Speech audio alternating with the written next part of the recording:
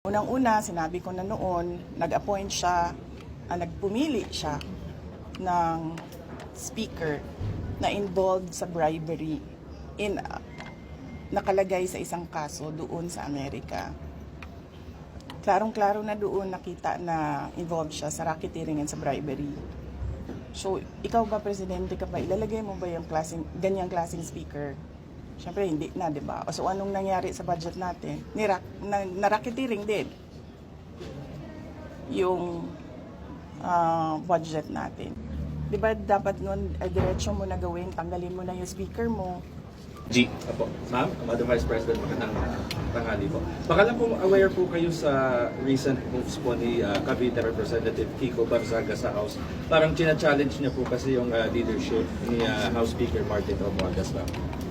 Dapat lang. Dapat lang talaga. Dahil nakita nyo naman yung budget 2023, 24, 25. Malamang agawan na naman yan ng budget sa 2026. At lahat yung mga past budgets natin, makita natin na it was under the leadership of Speaker Martin Romualdez. Dahil hindi yung issue ng ouster attempt dito sa Kamara, kayo po ba may personal po ba kayong bet for the speakership? Wala, hindi ako, masyadong madami kaming inaasikaso sa Office of the Vice President para ko isipin kung anong nangyayari sa House of Representatives. Other matters, ma'am, baka mayroon din po kayong comment din sa independent commission po ng Pangulo, composition, baka may any comment kayo, ma'am? Pag ikaw presidente ba, tapos alam mo na kung anong nangyayari. Tapos nakikita mo na based on the budget kung paano binaboy yung pera ng bayan. Mag-aantay ka pa ba ng komisyon o ng Truth Commission o ng kung anong komisyon yan? Actionan mo kasi kaagad dapat yan Unang-una, sinabi ko na noon, nag-appoint siya, nagpumili siya ng speaker na involved sa bribery nakalagay sa isang kaso doon sa Amerika. Klarong-klaro na doon nakita na involved siya sa racketeering and sa bribery. So, ikaw ba, Presidente ka ba, ilalagay mo ba yung ganyang klaseng speaker? Siyempre, hindi na, di ba? So, anong nangyari sa budget natin? Na-racketeering din yung budget natin. Tapos, siyempre, na. Hindi ako makapagsalita sa Department of Public Works and Highways, pero makapagsalita ako sa DepEd kung anong nangyari. At sinabi ko na sa inyo. Sinabihan na siya, alam niya. In a cabinet meeting, sinabi sa kanya kung anong nangyari sa Department of Education budget. And then, ang ginawa niya is nag-change topic siya. So, ano pa bang komisyon, anong truth commission, anong investigative body pa ang kailangan mo?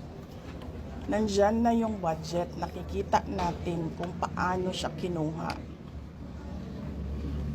Diba dapat nun, diretso mo na gawin, tanggalin mo na yung speaker mo, ayusin mo na yung, sabihan mo na yung mga kaalyado mo sa House of Representatives, ayusin niyo yung budget, tapos panagutin mo na yung mag-lifestyle check ka na dyan sa mga congressman at sa mga staff nila. Dami dyan, may bahay sa abroad.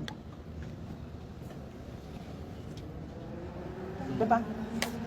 Masyado siyang, hindi niya alam kung anong gagawin at masyado siyang mabagal gumalaw. Nagmamadali ang Pilipinas Pero alam niya lahat to, ma'am.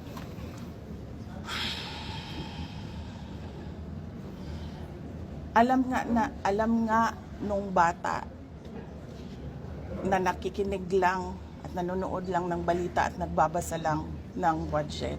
Presidente pa, hindi niya alam.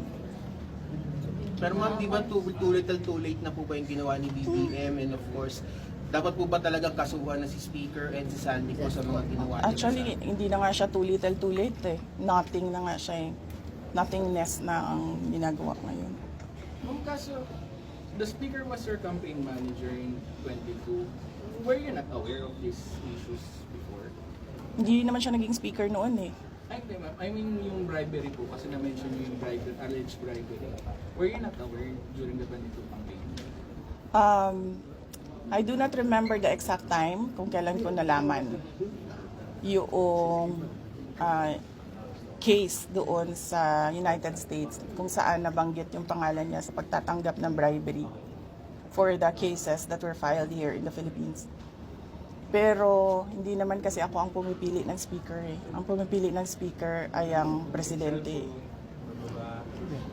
At naging campaign manager lang naman siya by default eh kasi siya yung president ng partido ng Lakas. Ma'am, yung umuupo po sa Senate, ma'am.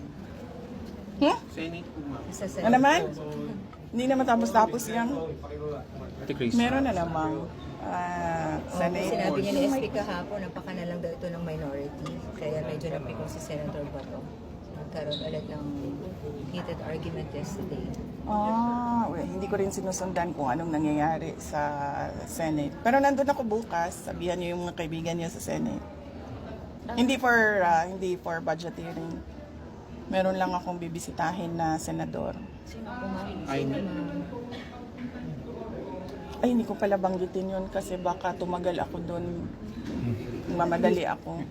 May isa lang. Si Senator Amy? Amy, ma'am. Hindi. Hindi si Senator Amy. Senator Amy, katext ko yan araw-araw. Senator Robin. Hindi si Senator Robin. Magkikita kami sa rally sa Japan. May rally kami doon. Ay, tuloy yun, ma'am, yung 20 at 21 po. All right, so bago na tuloy kayo. Thank you.